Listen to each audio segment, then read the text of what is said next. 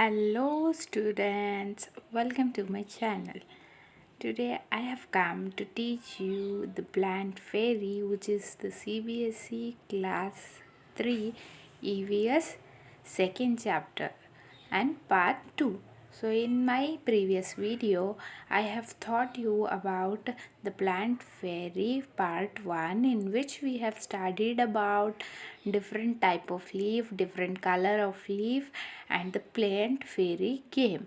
सो हमने पिछले वीडियो में द प्लांट फेरी गेम और डिफरेंट टाइप्स ऑफ लीव्स और उसके शेप्स और कलर्स के बारे में पढ़ा था, और आज हम इस क्लास में द प्लांट फेरी लेसन को कंटिन्यू करते हैं. चलो शुरू करते हैं. So let us begin.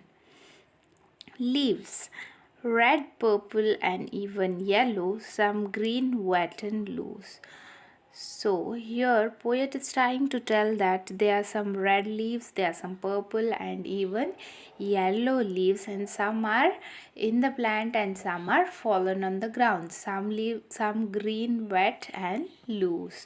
So the green, wet, here the poet is telling that those are on the trees, and loose which are fallen on the ground. Leaves are of different kind and of different shapes and shades, and poet here is telling that leaves are of different kinds, that is of different shapes, shades and colour. So ये paragraph में poet हमें बता रहा है leaves red होते हैं, purple होते हैं, येलो होते हैं, थोड़े झाड़ पे लगे होते हैं और थोड़े नीचे गिरे हुए होते हैं, ग्राउंड पे गिरे हुए होते हैं, और थोड़े लीव्स के शेप्स डिफरेंट होते हैं, थोड़े लीव्स के शेड्स डिफरेंट होते हैं.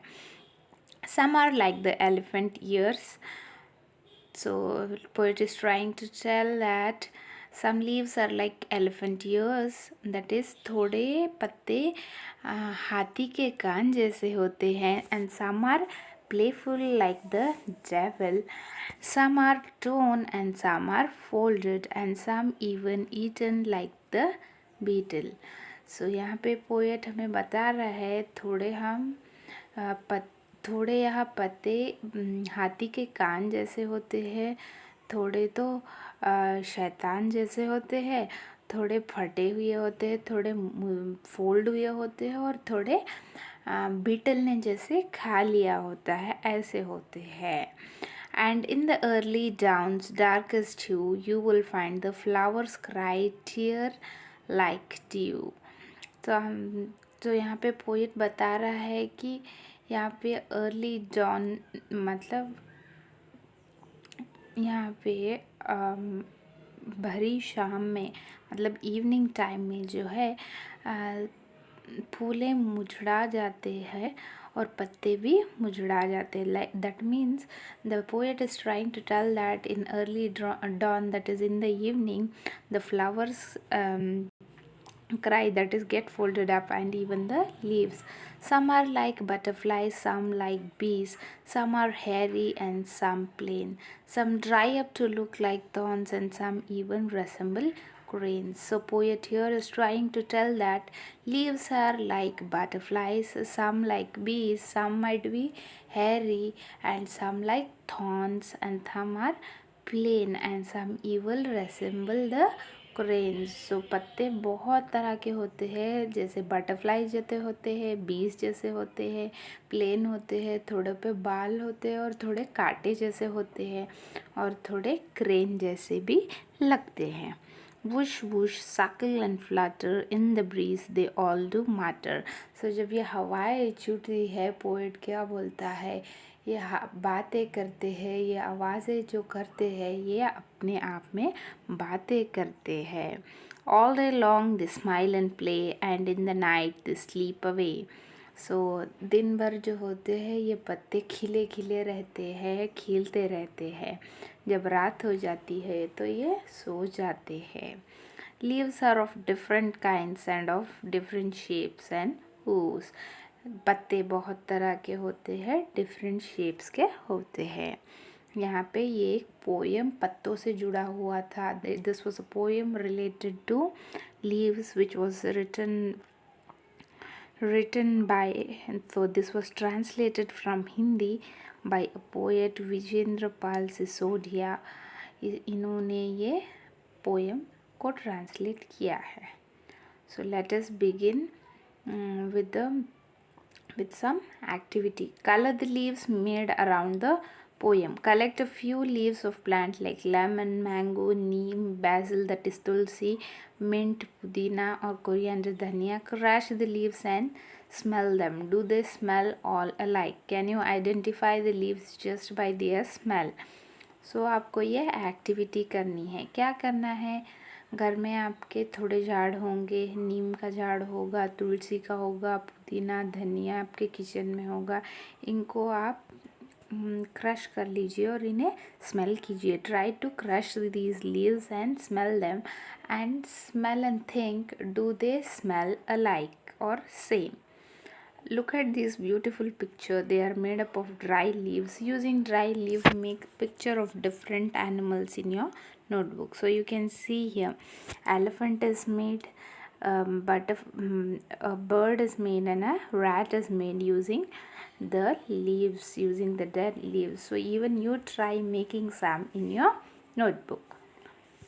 So ये one more activity is given. यहाँ पे आप देख सकते हैं कि कैसे मुरझाए हुए पत्तों से थोड़ा एक्टिविटी किया है.